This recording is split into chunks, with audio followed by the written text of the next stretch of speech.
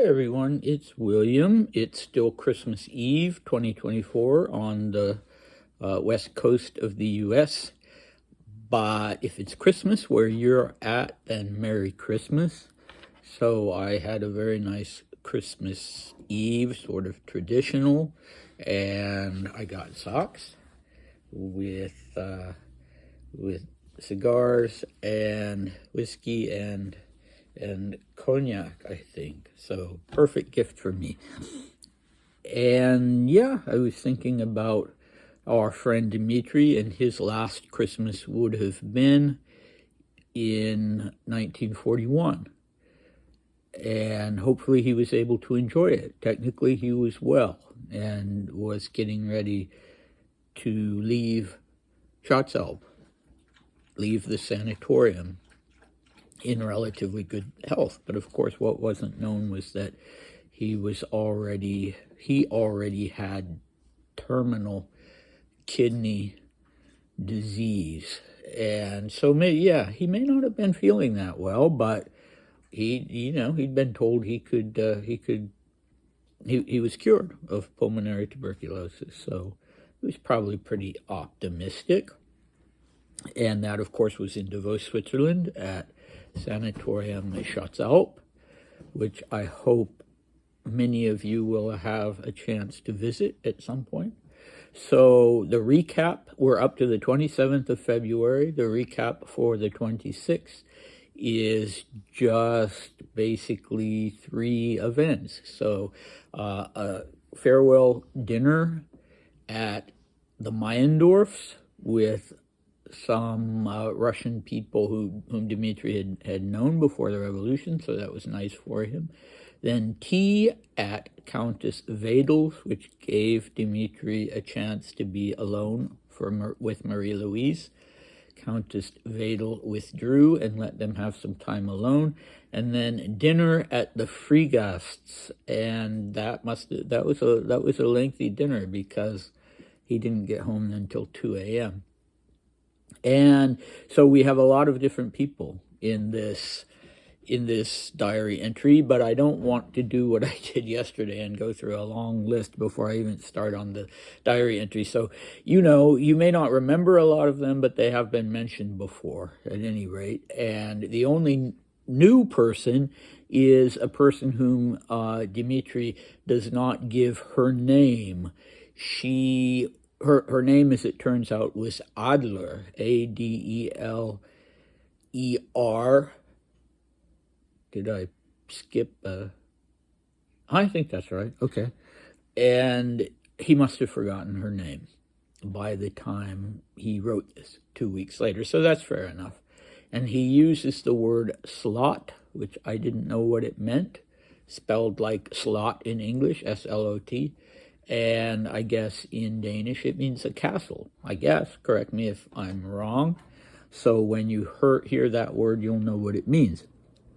So here we go, 27th February 1921, a Sunday. We're in Copenhagen at the English Mission. Well, that's where Dmitri is staying, at the English Mission. Okay, at 11 a.m., the Marlings and I went to the Wedels. There we ate a rather substantial snack. Already some time ago, it was decided on Countess Wedel's initiative to take an outing on that date. Lots of people went. Countess Wedel, he wasn't feeling well, in parentheses, meaning the Count. Both Bernstorffs, both Ahlefelds, Marie-Louise, both Marlings, Olga, the owner of the palace where we were going, and Countess Fries. It was hard to fit so many people into the cars. I went with Fries, who drove, and Marie-Louise and Countess Bernstorff. It was an amazingly successful combination, I have to confess. We had to go about 100 kilometers, which took almost 3.5 hours. We arrived at our destination around 4 o'clock. The house, not even actually a castle, was, I believe, built in the 14th century. It's called Dragsholm. What really spoils the house is the thick layer of white paint that covers all the walls. That's very much a pity because it was built of very beautiful stone. The interior of the slot is horrible. The worst thing is that it's decorated in the very early Victorian style, and there are a lot of bad and improper family portraits hanging on all the walls. After we had fulfilled our mutual desire to wash up, we were offered a very richly served tea. We pounced on it greedily, but there was nothing other than sweets. Around 5:30 we set off, and this time I drove one of the cars with Countess Wedel and Fritzi Ollefeld as my passengers. I got back around 8 o'clock and finished off that exhausting day with dinner at 9 o'clock and dancing to gramophone music at the home of Countess Fries. It was really pleasant to get home and go straight to bed. All right, so let's talk about Dragsholm. It's quite interesting, and I encourage you to look for it online.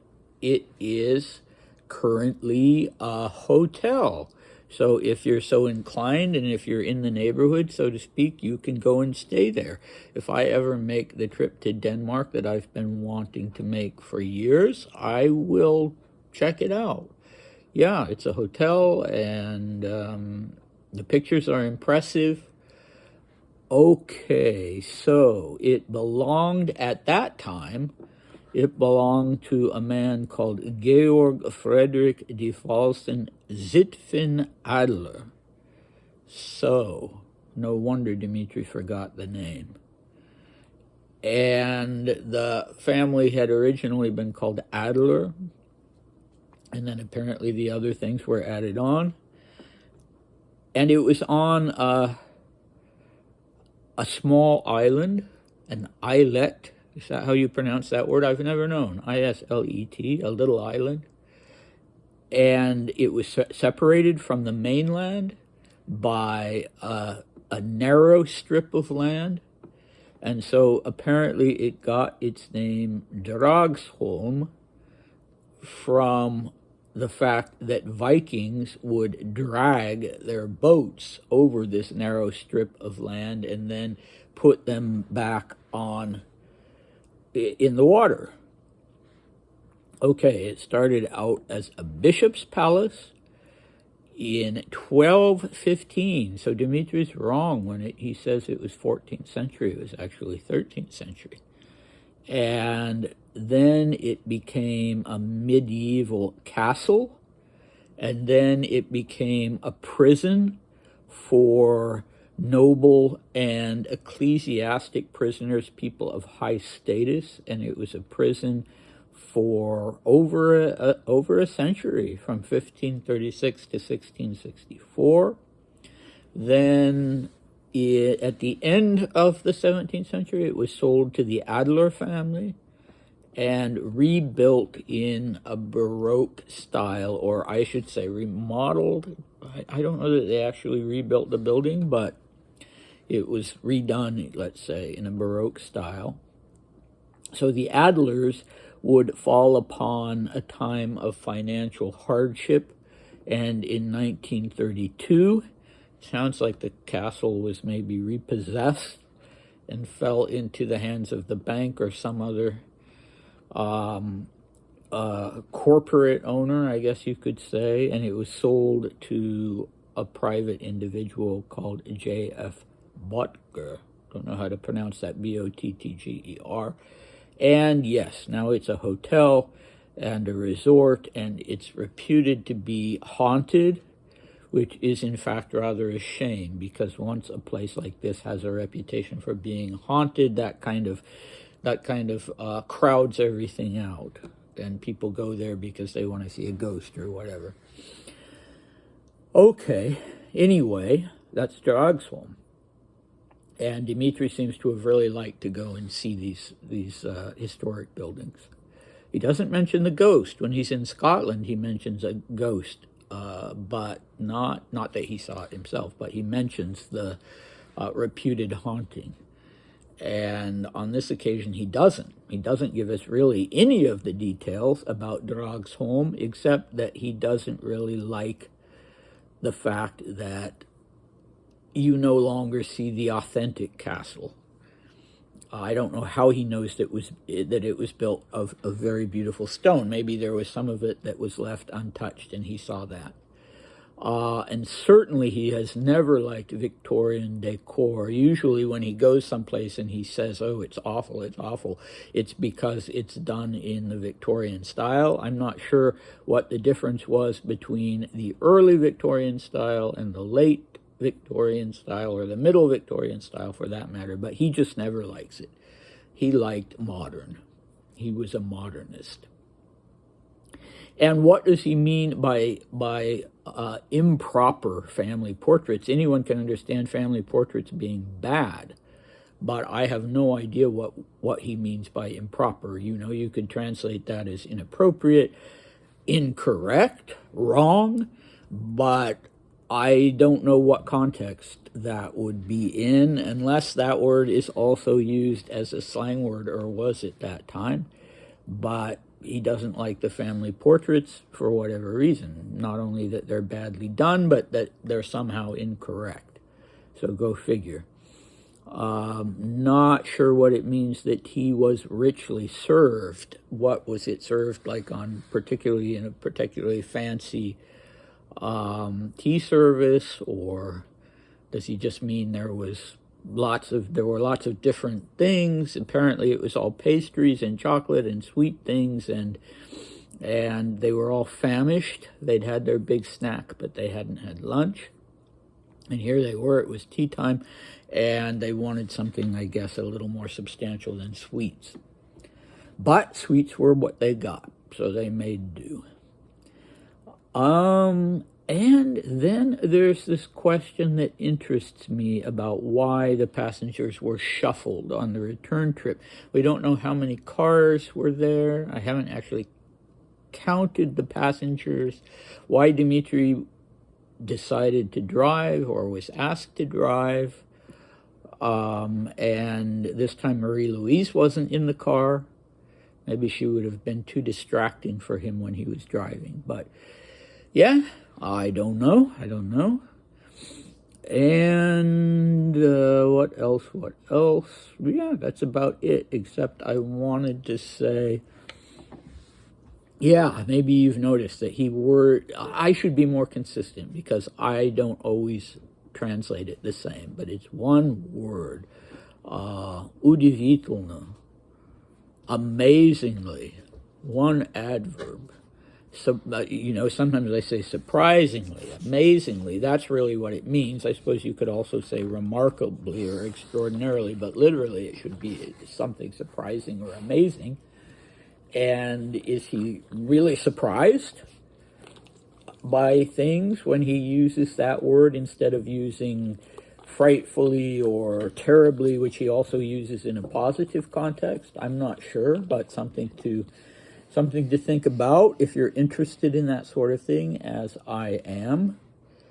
And it's all of this with all the massive number of get-togethers that are leaving him just really feeling worn out. I kind of wonder if he was a person who had a little bit of a hard time saying no to people. I kind of get that impression a little bit. I don't think, to a severe extent, like he could never say no to anyone, but yeah, I think that was a little bit of he liked to please people. He'd picked up that habit when he was a child, and he wanted to please whatever people he was living with at that time. And his sister was not a person who liked to please people, I get the impression, and so I think he kind of felt like he needed to take that on himself. And so, yeah, it may have been that still as an adult, he found it difficult to say, no, I'm too tired. I just can't go to a party this evening. So anyway, that is about it. And guess what? Tomorrow is our very last day in Copenhagen. So it will be a big one. With lots of things going on, far longer than the usual diary entry, but, well, not so long, no. but significant. He has to say goodbye to people, including, some members of the Danish royal family, and also to his own relatives, to Audrey Parr. I'm just looking at it. Does he see?